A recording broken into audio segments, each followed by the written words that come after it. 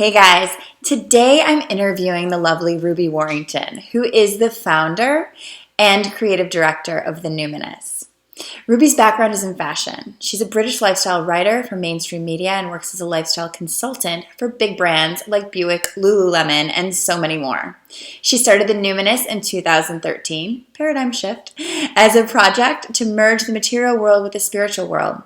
She says the new age got an image upgrade and is now the now age. I love that. She was given the nickname Mystic Ruby due to her love for astrology and all things esoteric.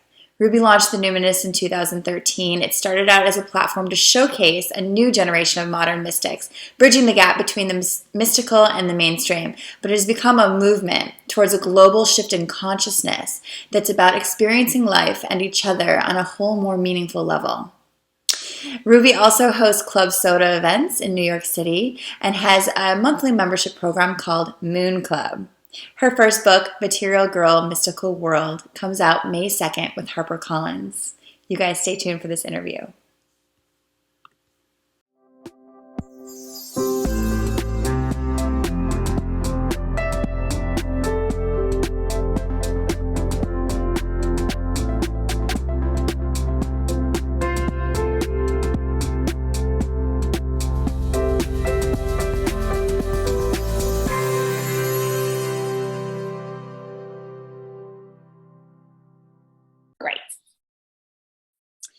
Hey guys, so I'm talking with Ruby today, and we are just getting into a conversation about merging the material world and the spiritual world and kind of her journey of how that began.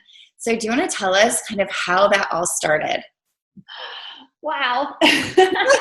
Well, okay, so let's go back. We can start at kind of like the transitional point, I suppose. Yes. It was around 2011. I'm from the UK originally, as you can hear, and I have my whole career had been in fashion magazines, doing magazine journalism and some styling. I've been a style editor on various magazines. And 2011, I got to the point where I was features editor at the Sunday Times Style magazine, which for me was kind of like, it was just like the be all and end all. It was all the good stuff, right? It was the free clothes. It was the trips here and there. It was the celebrity parties, all that great glamorous stuff. And I'm in the middle of it like, wow, I've achieved everything I always wanted. Why am I so unhappy? And also, how dare I be so unhappy? Because this is everything anyone wants, right? Like, what's going on here? So I was having this real kind of like moment of like, just what's going on? Like, why isn't this making me happy? Why am I not fulfilled?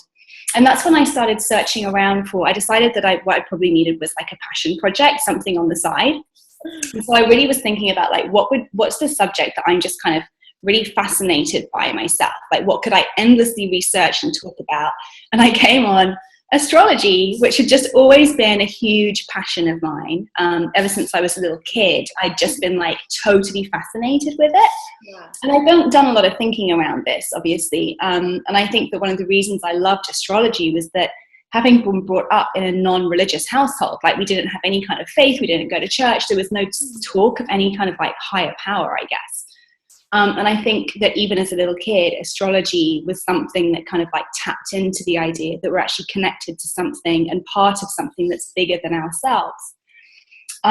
So in that sense, I think I do see astrology as a spiritual practice. It's really, for me, just a language of symbols that helps us kind of like connect to our spirit being, you know, like that undefinable part of ourselves that we can't really define in any other kind of words. So anyway, that's when I had the idea to create the Numinous. And it took a while. It took another couple of years, really, because I was still very attached to everything that came with that job and that life, because it's all so seductive and a lot of fun. Lots of it's a lot of fun, you know, to actually start working on the Numinous. And now here we are, like 5-6 years later, I guess. And I have the blog, and I have Moon Club, which is my mentoring program, and I have a book coming out which is kind of like tells the journey, and that's why it's called Material Girl, Mystical World, because it's kind of my journey from material girl through to this mystical world that I now inhabit and that I find so much more, so ultimately fulfilling. But that's not to say, as we were just discussing before we got on, that I don't still love beautiful shoes. I did a piece for Teen Vogue. I wrote a piece for Teen Vogue about like my vintage fashion collection. And like, I still have a foot very much in that world. It's just, I didn't feel the need, I didn't want to reject one to embrace the other. It's just that having brought in these spiritual practices, or at least this understanding of myself as a spiritual being, it's kind of like filled in all of the missing gaps that were leaving me feeling kind of empty. Everything you just said, there's so many amazing nuggets of wisdom in that, because let's just start with the timing. 2011 was when I transitioned as well. Because 2012 was kind of the emerging of the new paradigm, where we're now in the Aquarian age, where we're like coming from love, coming from a soul-centered reality, from a heart-centered life. And if you're having this big, awesome life and you're not feeling fulfilled, it's because you're not heart-centered. And then when you realize, oh, I'm a spiritual being having a human experience, not the other way around, then you can actually be that spiritual being in the material world. And then you're like, holy shit, this is really fun. Like, I'm not defined by this. This isn't who I truly am. This is who I truly am. This is the extra. And I feel like so many of the light workers and the people that, you know, are here to awaken to that true self reality started waking up around 2011, 2012. I completely agree. And it was 2000. I moved to New York, which was essentially, so I was in LA. And the reason it all happened is because my husband got a job in New York. Yeah. He moved to New York. I had to work out a contract on my job, but he moved to New York on January 2nd, 2012. Wow. On February 18th, 2012. So that was the year that it was the real kind of like, into a new lane. Okay. So funny. So many people. Yeah, it's incredible. Same thing for me. I met my husband in 2011. It was so weird. He was hosting this event called 11/11. I'm like, what are the chances? I'm obsessed with it. And I was like, what is going on with this? And all of a sudden it was like the paradigm was shifting internally and externally. So it was mirroring, and it was so exciting. And you're right, letting go of that, the things you're attached to in the material world though, is super hard. But you have to realize, which it sounds like you did perfectly, is that you're not letting go. You're just kind of reassigning. You're kind of upgrading the understanding of that world so that you can have both. I hate it when people say to me, oh, you're a model, but you're a spiritual teacher. I'm like, yeah. I'm bringing light into that business. My husband is a movie producer, and they're like, oh, wow, two totally different sides, spiritual. I'm like, no, actually. He's kind of changing the paradigm by being the change, by being a cool whatever, you know. And I think that's the important thing is, it's not about, you know, being in the mountains and praying all day. It's about being that in the real world, which where it's needed. That's where it's needed. What I really feel. And that's the kind of added like bonus kicker in a way. It's like, not only is this fulfilling me on like more of a soul level, but I can really see that this is what the world needs. Like the balance has got so tipped in the favor of the material being what's going to satisfy our needs, what's going to bring us happiness, what signifies success. Like so much we're taught that all of that external stuff is it. And that I think has led to so many problems for people, whether emotional, spiritual problems, to even the things we're seeing about the way the environment is negatively impacted by like the kind of like rampant consumer culture that feeds that, you know. It's kind of like, it's multifaceted, and I sort of feel like the more we can bring in a conscious / spiritual sense of awareness into the way that we operate in the modern world, that balance is going to get redressed and it will balance out again.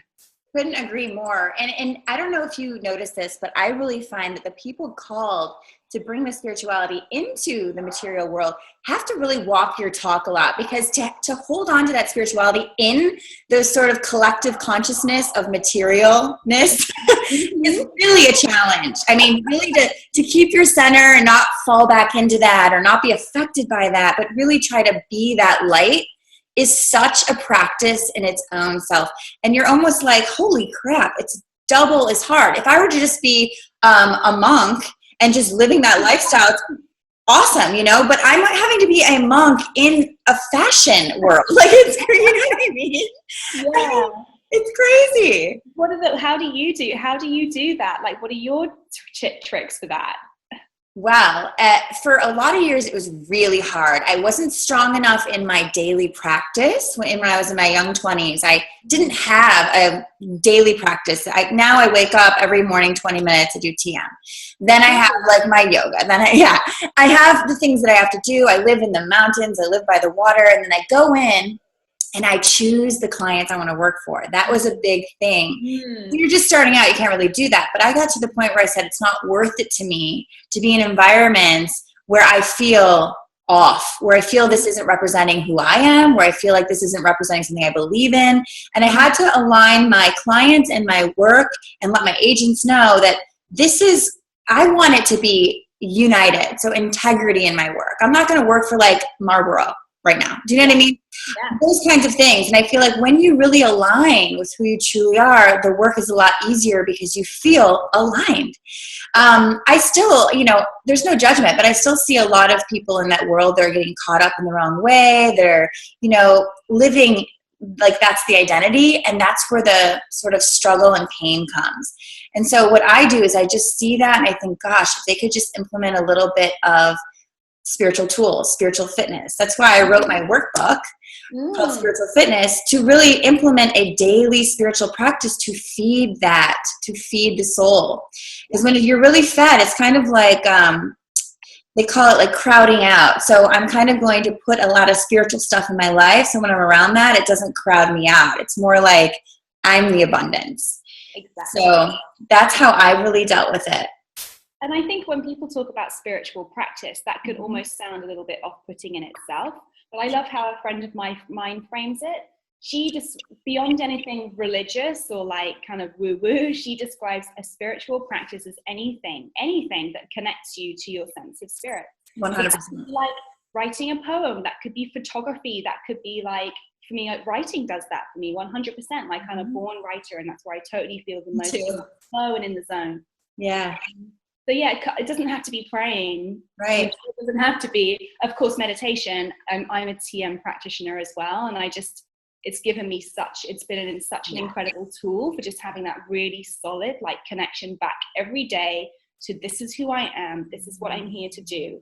And it gives me a kind of a buffer, I feel, between that inner self and everything that's kind of going on in the outside world. TM did that for me too. It's like you become the observer. So you're not like, things don't bother you as much. You can you learn to let it go, because that's the practice. A thought comes in, you let it go, and it feels really good. And it's almost the experiential learning of what it's like to be the soul-centered self. But I just want to say, one of my favorite meditations or spiritual practices that I teach my clients is hiking in nature. It's not even about anything other than, like you were saying, connecting to the unity of what is, the naturalness of the power that is you, which is nature. Yeah. And people think, spiritual practice, who do I have to pray to? I'm like, no, none of that. You have to write out your feelings, connect with your truth, connect with your authentic feelings. That's the first step. Yeah. That's really living a spiritual life, I feel. Exactly. I agree. I actually did a story about the Japanese call it forest bathing, which is when you take a meditative walk in nature, and specifically in like a pine forest. And if you really kind of like actively engage all five senses while you're walking through the pines, there's some like alchemy that happens. Like the pines give off some kind of enzymes and you absorb them, and it like fights cancer, reduces stress. Like it has all these incredible health benefits as well, it's just mind blowing. Natural healing at its best. Oh, that's amazing. I want you to tell us more about your book, because it's coming out May 2nd, so you can pre-order it now, and I'm sure everyone's going to want to after they hear this interview. So tell us more. I know it's your journey, and I know it's kind of what happened to make that transition, but tell us about some of the little nuggets in there, and also some of the cool experiences you've had from this transition. Well, yeah, so it's called Material Girl, Mystical World, the Now Age Guide to a High Vibe Life. Because I call the New Age the Now Age. You mentioned at the beginning, right? Yeah. The New Age is all about the age. Upgrade. It's not new anymore. We're like in it now. So it's Now Age. And yeah, I've been doing this whole thing about like, it's about all of the stuff that I cover on the Numinous. So everything from astrology, tarot, wellness, shamanism, plant medicine, etc., through the lens of my personal experiences. And then the other day I finally was like, it's basically Sex in the City meets Eat, Pray, Love. That kind of like gives the overview. But yes, beyond that, it's an introduction to all these subjects or topics and how to bring them into your life in that way that we're speaking about, where you don't have to kind of like throw everything else out, but you can add these things to your life to enhance your material girl existence, but through the lens of some of my experiences. So there's stuff in there about the first time I like properly met my spirit animal on a Skype session with this shaman from London. That was like, I got like full body chills and was just like floods of tears from meeting in a meditation, like the deepest meditation, this incredible black stallion that just has become a symbol for me of like my own inner strength. It was a really beautiful experience. There's a primer on really how to read your own birth chart. That really gives an overview of how you can look into your own birth chart, a real kind of like great beginner's guide to astrology, so you can begin to actually work with astrology more in a more kind of like targeted way in your life, rather than just reading a general overview for your sun sign, for example. What else?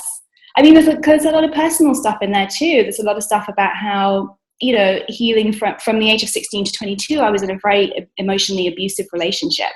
And really talked about, there's a chapter on self-love about how, what that relationship taught me about me, and how coming out of that, I felt so empowered by the way that I kind of like came out of that relationship, that I almost immediately attracted the person who's gone on to become my partner of the past 18 years and could not be a more opposite like partnership. Yeah. So there's relationship stuff. There's a lot of stuff about how I've healed my relationship with my mom through this journey. Like my relationship with her is just kind of on a completely different level now. And that's really through just getting very, very honest about who we are and sharing honestly my feelings with her. Like you said, it's something that sounds so simple, talk about how you feel, but for some people it can be really difficult. Or even someone who thinks, I'm fine, I talk about how I feel all the time.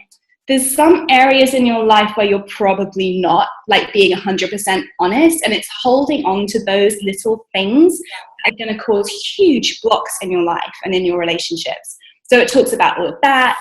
Yeah, and there's some funny stuff too about like a little kind of mini nervous breakdown I had at Burning Man. That's great. That's fun stuff. Deep things. It's like something everyone can relate to, which is super awesome. But I want to talk really quick about that whole honesty thing. I have this thing I say to everybody, all my clients, that when you get real about how you feel, you begin to heal. Yes. And I say that, and that's the center of my 6-week course, is Feel It to Heal It. Because when I started doing that, it's funny, I have such a similar story to you with the relationship, and then like my mother. It's so interesting how it all goes back to that core, I call it the original wound, where, you know, it's with one of our parents, a misinterpretation or something happens, because when you're young, you can't interpret things the way they really are. You can't. You're young. You got to upgrade that stuff. So in order to upgrade it and really heal those core relationships, you got to get really real about how you feel. And how amazing is it when you can have the courage to sit in that authentic emotion, that authentic need, and really own that for yourself. You're owning your truth. Yeah. And most people don't understand. We talked about it earlier about this external world, how we're kind of giving our power to this external authority, where we have to turn it to our inner author, our inner authority of our own life. Like, what do I feel and why? And stop saying, I shouldn't feel that way. Oh, it's not really that. It doesn't matter what it is. Yeah. What do you think it is? What do you feel it is? The thing about, that's not a valid feeling, or that's a nasty thing, or that makes me look like kind of an idiot, or that makes me seem really selfish. Yeah. No, all of that. Are you judging? Anything. If you feel it, it's real, and you need to own it, and you need to express it. That's the only way. Feel it to heal it is one of my catchphrases too. I love that. Really? We're so alike. My moon's in Cancer, so I'm all about the deep, touchy feelings. I'm a Cancer. Oh, okay. I'm a Cancer, my moon is Pisces, and my rising is Leo. So it's cool. Well, my rising and my sun and rising are Aries and Sagittarius. So similarly, it's a lot of fire, kind of like out there. Yeah. Wanting to feel stuff, but then there's like deep kind of like, I could just cry at anything. Totally. That's so funny. But it is so true. Whenever we have any kind of self-judgment, when we're judging what we feel, that is a block to self-love. Because you can't have love when you're having judgment. Exactly. you know? And when you have judgment, there's a lack of love. So it's like, it's so easy, but people don't realize because they're not doing it. And when you do it, you can experience, holy cow, I'm freeing myself. I'm healing myself by feeling myself. It's so important. And I think people like you and I are here to really implement that and exemplify and be like, we've done it. You guys trust us. This is the thing. It works. Yeah, it works. With my mom, like I have conversations with her now that I never thought would actually be possible. I just thought what I always went through my life thinking was, we're just so different. We're just so different. We just can't communicate properly. That's just the way it is. And one of the key parts of our healing was through astrology. When I was able to look at my chart properly next to her chart, I could see where these kind of clashes were. For example, I just mentioned I have a Cancer moon, which means as much as I'm very emotional, I can be quite sort of like protective of my emotions and my inner life. Whereas she has her moon in Gemini. So all she wants to do is talk about her feelings, talk it out. Like she's a psychotherapist, go figure. Oh, perfect. As a teenager, she was always probing, always wanting to know more, what was really going on. It just caused me to shut down, because I felt like so kind of exposed. But once I realized that's what she needed, as soon as I began to even open up to her just slightly, this whole other light, this love just flooded into my life from her and to her as well. And it's like we have conversations now that are just so flowing and easy. And she's gone from being someone I would never really call in a time of crisis to someone I think about regularly when I feel like I need comfort or want comfort, which is all of my mum she ever wanted. So it's like we've both got exactly what we wanted from the relationship now. And that was through astrology. Astrology, I think, is a great tool for really helping you if you're unsure about what's going on here or unsure about what am I feeling. It's just a really great tool for that kind of self-analysis. Yeah. It helps you understand in such a raw way. Well, oh, that's why. Exactly. That's what it is. And I think part of that too, like you said, it's almost like you see the person as the person, not as it's my fault they're not getting me, or you really just see. I just had this recently with my mom. She was visiting for 9 days and we really went into some deep talks, and it was so cool to be like, whoa, I see you as you. So I see what's going on. It has nothing to do with me. And vice versa. And it was such a deep, awesome connection to be like, holy shit, that's just you. And that's just me. And when we both see and accept that in that way, there's such a love. There's such a connection. There's such a, it's almost like an energy that comes together that you thought might have been separate because of the difference. And we really see that different doesn't mean separate or wrong. It actually just means different. And you can actually see each other's differences and help each other out in those ways. It can be so healing and so sort of abundant because it just kind of, multiplies. Abundant is an amazing word. And I also feel like I didn't see that as a particular problem, that my relationship wasn't that great with my mom. It was just kind of like, oh well, that's not great. And I was quite happily going about my life. Yeah, not attached. My goodness, like it's brought me so much happiness to be able to heal that with her. I'm like, how could I ever have just let that slide, I feel you. So I think you can go through life making do a lot of the time. And actually, I'm here to say, like, no, we're not here to make do. We're here to fully 100% thrive, because it's only when we're fully thriving and feeling filled up that we can then really step out and help other people in the world as well, That's like the big mission, right? That's so amazing. And that is exactly what I experienced too. And it's like, no, you guys, you can have a fulfilling, healed, loving, full life. You got to do the work, and you got to know that the work isn't scary. Exactly. It's not scary. People are afraid to try, and you're like, it's going to be uncomfortable. But in that uncomfortability, you find comfort. You find more than you had before, Exactly. So amazing. Like, yes. So yeah, do you have anything else you want to? Yeah, well, actually, as you were talking about that discomfort, because I know you mentioned one other thing, spin-off project from the Numinous is called Club Soda. I was just going to say that, yes. This is my event series for the sober curious, because a big part of my healing journey too has been really kind of like readdressing my relationship with alcohol. And I'd always been one of those people who was like, I have a great time when I drink. I don't drink when I'm unhappy. I drink to have more fun, great. But I drank very regularly particularly growing up in London and in journalism and in the fashion industry, like every night there's some party where it's just like champagne, which again on the surface looks kind of fabulous, but behind the scenes can get a bit draining, should we say. Definitely. Anyway, I was I guess a kind of regular, fairly heavy drinker. And as I got more in touch with my spirit self, I was really able to realize how much that was oppressive and how toxic it was.